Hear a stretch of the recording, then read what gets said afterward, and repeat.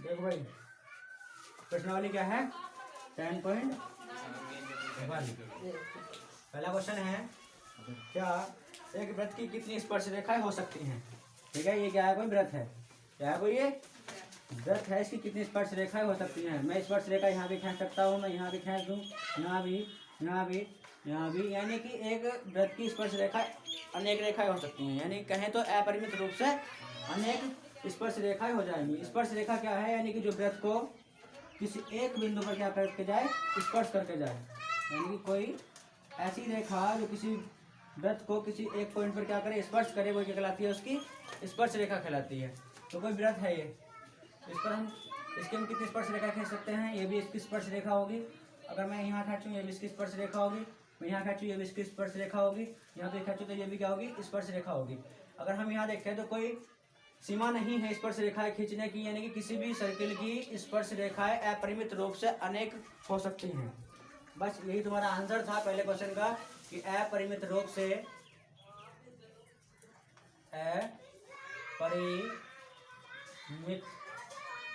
अपरिमित रूप से अनेक हो सकती हैं। ये क्या है इसका आंसर? अब क्वेश्चन नंबर 2। क्वेश्चन नंबर 2 में पहला क्वेश्चन है, किसी वृत्त की स्पर्श रेखा उसे बिंदु पर प्रतिच्छेद करती है। यानी कि मान कर चलो ये क्या है? स्पर्श, ये कोई वृत्त है, ये क्या है? कोई वृत्त है। किसी वृत्त की स्पर्श रेखा उसे बिंदु पर प्रतिच्छेद करती है। यानी कि बोलना चाह रहे हैं कि कोई स्पर्श रेखा अगर आप खींचते हो तो वह वृत्त को कितने बिंदु पर क्या करती है? स्पर्श करती है। तो कितने बिंदु पर कर रही है? एक बिंदु पर। कहाँ करती है? एक बिंदु पर। यानी कि आप कोई भी स्पर्श रेखा खींचना, वो हमेशा किस बिंदु पर स्पर्श करती है? किसी एक बिंदु पर क्या करती है? वो स्पर्श करती है। ठीक है ना? एक बिंदु पर। ठीक है, यानी कि आप कोई भी स्पर्श रेखा खींचना, वो उसे अगर हम देखें तो किसी एक ही बिंदु पर क्या करती है? टच करती है। तो हम इसका आंसर क्या हुआ हमारे पास, कि किसी वृत्त की स्पर्श रेखा उसे एक बिंदु पर क्या करती है? प्रतिच्छेद करती है। ओनली एक बिंदु से मिलकर जाती है। कहाँ से मिलकर जाती है? ओनली एक बिंदु से क्या मिलकर जाती है। तो इसका आंसर क्या हो गया? एक बिंदु। यानी कि एक बिंदु पर क्या करती है? प्रतिच्छेद करती है। इसका दूसरा क्वेश्चन देखिए।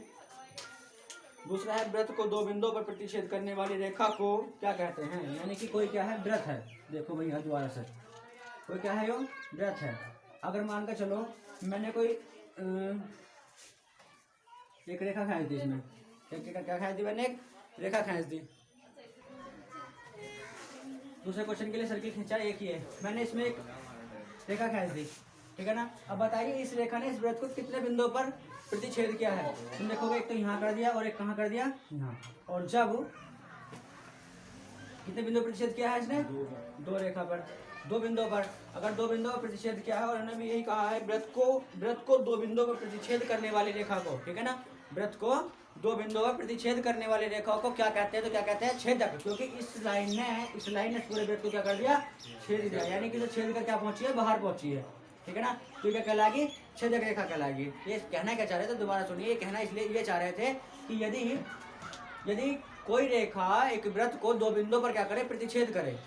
दो बिंदु पर क्या करे? प्रतिच्छेद करे। तो बताइए उस रेखा को क्या कहोगे? तो क्या कहेंगे? छेदक रेखा। क्या कहेंगे भाई? छेदक रेखा। छेदक रेखा इसलिए कहेंगे कि छेदक रेखा इस पूरे, यानी कि छेदक रेखा इसलिए कह रहे हैं क्योंकि इसे पूरे को भेद कर गई है पार। ठीक है ना? तो क्या कहला रहे कि छेदक रेखा। तो छेदक रेखा, छेदक रेखा क्या कहलाएगी? हो छेदक रेखा। अब देखो भाई क्वेश्चन, इसका तीसरा क्वेश्चन क्या है? दूसरे का तीसरा है, एक वृत्त की समांतर स्पर्श रेखा हो सकती है। ये कहना चाह रहे हैं कि यदि कोई क्या हो? वृत्त हो। कोई क्या हो? वृत्त हो, तो इसकी कितनी समांतर स्पर्श रेखा हो सकती हैं? यदि कोई वृत्त है, आप इसकी अधिक से अधिक कितनी समांतर स्पर्श रेखा, ध्यान देना, समांतर स्पर्श रेखा बोला जा रहा है, समांतर स्पर्श रेखा। आप स्पर्श रेखा तो अनेक खींच सकते हो, लेकिन इन्होंने कहा कि समांतर स्पर्श रेखा कितनी खींच सकते हो, जो देखने में क्या लगती हो? समांतर लगती हो। तो मान के चलिए एक स्पर्श रेखा मैंने ये खींची, खींच दी, ये स्पर्श रेखा है, मान के चलो स्पर्श रेखा क्या है, ए बी है। अगर मैंने एक स्पर्श रेखा क्या खींच दी तुम्हारी, ए बी खींच दी, जो इसे कहाँ पर टच कर रही है, मान के चलो एम बिंदु है जिस पे क्या कर रही है, जो टच कर रही है। तो आप बताइए क्या इसके जैसी एक स्पर्श रेखा और खींची जा सकती है? तो हाँ देखिए, इसके जैसी एक स्पर्श रेखा और खींची जा सकती है, ये रही। इसे मैंने एक नाम दिया, जिसे मैंने नाम दिया क्या, सी और डी, और माना ये किस पर टच कर रही है, एन बिंदु पर टच कर रही है। बात समझ में आई कि नहीं है? तो यानी कि किसी भी वृत्त की अगर आप समांतर स्पर्श रेखा खींचना चाह रहे हैं तो वे अधिक से अधिक कितनी खींची जा सकती हैं, 2। तो दो ही समांतर स्पर्श रेखा खींची जा सकती है। समांतर का मतलब होता है, देखो ये ए बी भी इस तरह से खींची हुई है और ये सी डी भी इस तरह से खींची हुई है। यानी कि यहाँ पर अगर ए बी और सी डी को देखें हम, यदि हम ए बी और सी डी की बात करें तो ए बी और सी डी आपस में क्या है, दूसरे के पैरेलल हैं, यानी कि क्या है, समांतर हैं। और समांतर के साथ साथ क्या है, समांतर के साथ साथ ही स्पर्श भी हैं, क्योंकि ये वृत्त के किसी बिंदु को क्या करके जा रही है, छूकर जा रही हैं। वृत्त के किसी बिंदु को करके जा रही हैं, छूकर जा रही हैं। तुम कहोगे क्या क्या सर और खींची जा सकती हैं? आप स्पर्श रेखा और खींच सकते हो, आप स्पर्श रेखा और खींच सकते हो। लेकिन अगर मैं एक स्पर्श रेखा ये कहूँ तो ये वाली स्पर्श रेखा, अगर मैंने ये स्पर्श रेखा मान के चलो खींची, यहाँ मान के चलो मैंने ये स्पर्श रेखा यहाँ खींच दी, ठीक है ना। तो स्पर्श रेखा तो है, ये स्पर्श रेखा तो है, लेकिन ये ए बी के पैरेलल नहीं है, ये ए बी के समांतर नहीं है। और इन्होंने हमसे कहा कि कितनी स्पर्श रेखा खींची जा सकती है, तो ओनली कितनी स्पर्श रेखा खींची जा सकती हैं, 2 खींची जा सकती हैं। तो ये स्पर्श रेखा तो है, ये स्पर्श रेखा तो थी, परंतु क्या नहीं थी, वो क्या नहीं थी, वो ए बी और सी डी के क्या नहीं थी, समांतर नहीं थी। बात में आएगी कि नहीं आएगी?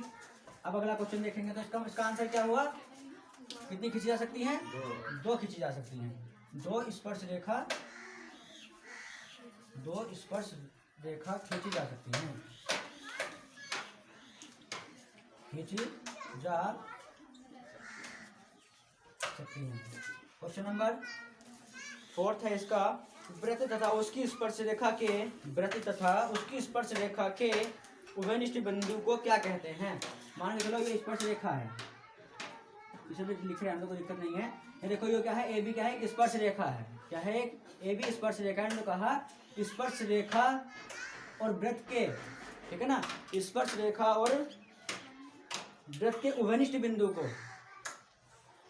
स्पर्श रेखा और वृत्त के उभयनिष्ठ बिंदु को। तो बताइए, अगर मैं बात कहूँ, मैंने एम बिंदु लिया है, किसका, ए बी का मैंने क्या लिया, कोई एम बिंदु लिया है।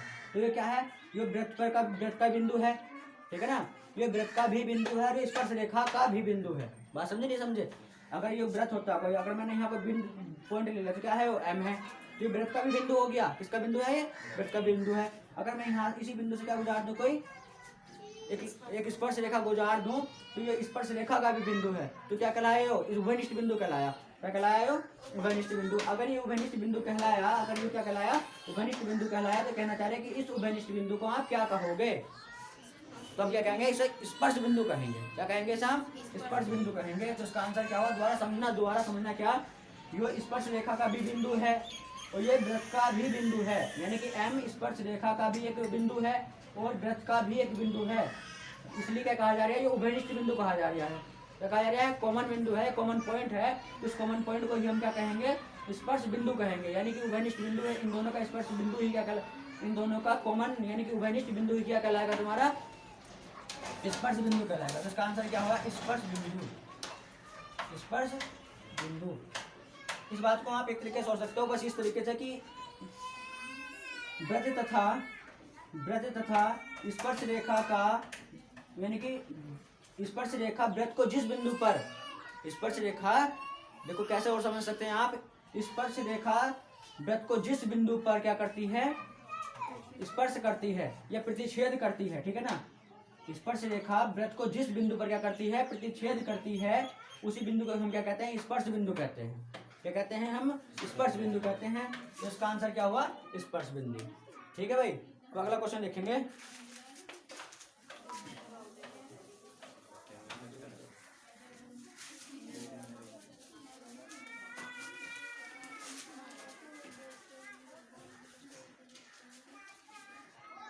तीसरा क्वेश्चन है, 5 सेमी त्रिज्या वाले एक वृत्त के बिंदु P पर स्पर्श रेखा PQ, ठीक है ना। पहले एक वृत्त खींचेंगे, ये क्या हो गया, वृत्त हो गया। अब इन्होंने कहा कि इस वृत्त की जो रेडियस है यानी कि त्रिज्या वो कितनी है, 5 सेमी है। कितनी भैया, 5 सेमी।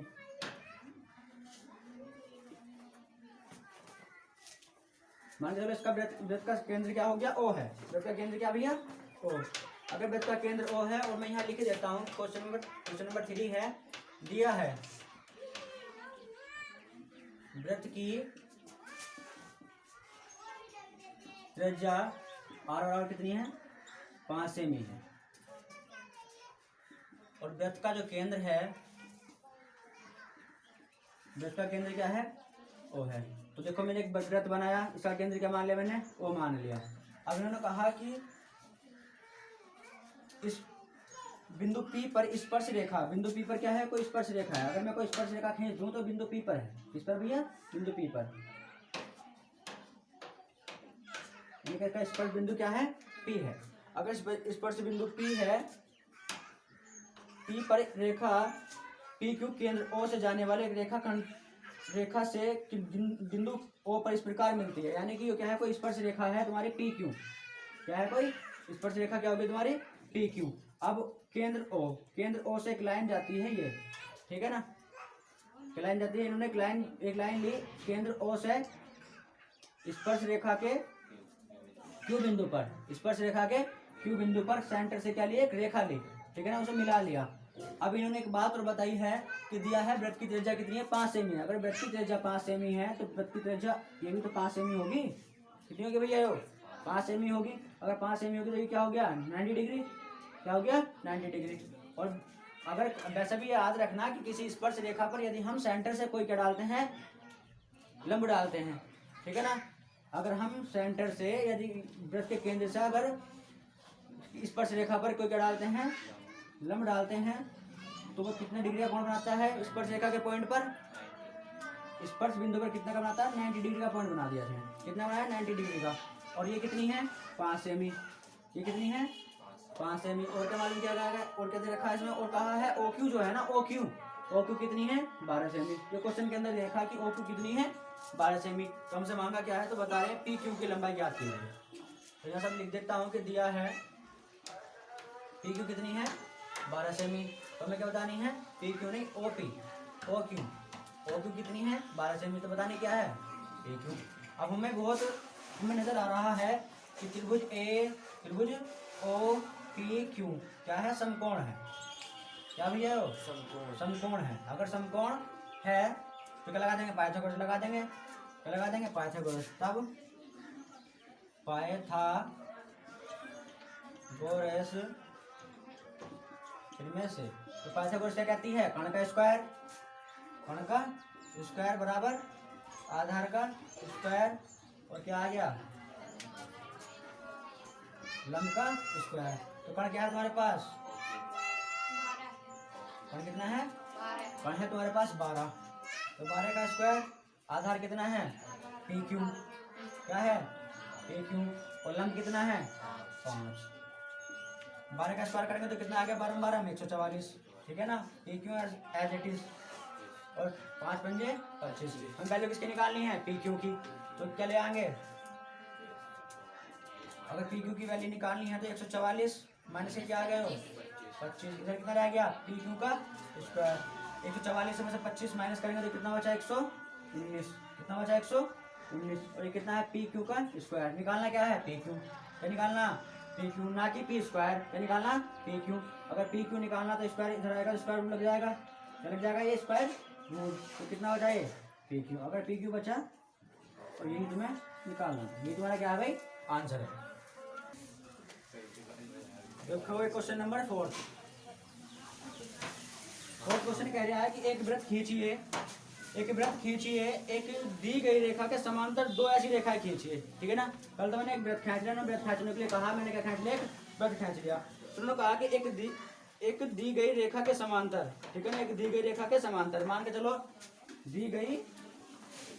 एक दी गई रेखा के समांतर 2 ऐसी रेखाएं खींचिए, उनमें से एक तो स्पर्श रेखा हो, तो दूसरी क्या हो, छेदक रेखा हो, ठीक है ना।